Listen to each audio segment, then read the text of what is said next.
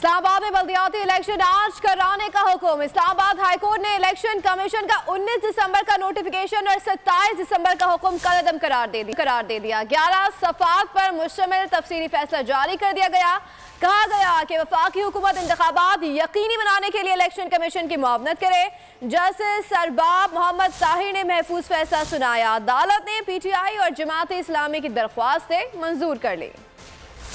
यहाँ पर आपको अपडेट करें, इस्लामाबाद हाईकोर्ट का 11 सफ़ात पर मुश्तमिल तफसीली फैसला जारी कर दिया गया है और इस्लामाबाद में बल्दियाती इलेक्शन आज ही कराए जाएंगे, ऐसा हुक्म है। अदालत की जानिब से वफाक इंतखाबात यकीनी बनाने के लिए मुआवनत करे तफसीली फैसला जारी कर दिया गया। अगर आपको हमारी ये वीडियो पसंद आई है तो लाइक पर क्लिक कीजिए।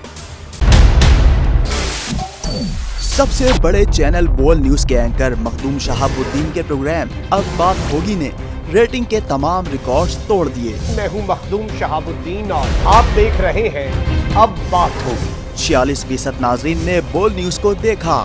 सोशल मीडिया पर भी सबने ज्यादा देखा। सब्सक्राइब करें और बेल दबाएं ताकि कोई खबर रह न जाए।